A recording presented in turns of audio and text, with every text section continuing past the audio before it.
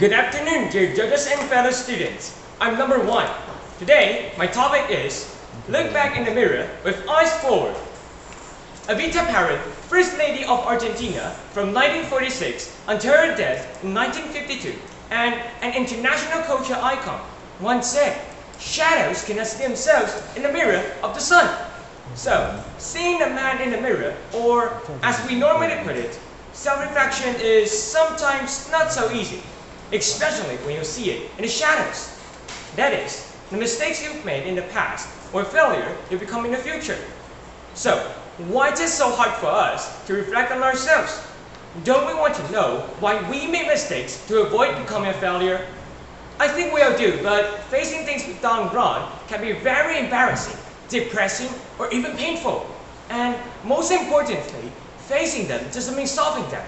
And if I can find a way to solve them, why do I have to face them? Why?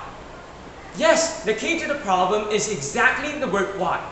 According to Tasha Eurich, an organizational psychologist, we normally ask the wrong question when we reflect on ourselves. For example, why am I always fighting with my parents? Or, why am I just unable to memorize those vocabulary words? Unfortunately, when we ask why, it doesn't lead us to the truth about ourselves. It leads us away from it. Researchers have found that no matter how hard we try, we can't excavate our unconscious thoughts, feelings, and motives. And because so much is hidden from our conscious awareness, we end up inventing answers that feel true but are often very wrong. For instance, in order to get to the why of the failure on vocabulary test, a student might come up with an answer like, it's in my gene, or there must be something wrong with my brain, which, as it turns out in many cases I've observed, is untrue. Having said that, however, I'm not here today to tell you to stop reflecting on yourselves. I'm here to tell you to start doing a little bit differently. Just replace why with what. For example, instead of asking yourselves why you can memorize vocabulary words, you should ask, what can I do to memorize at least 5 words a day?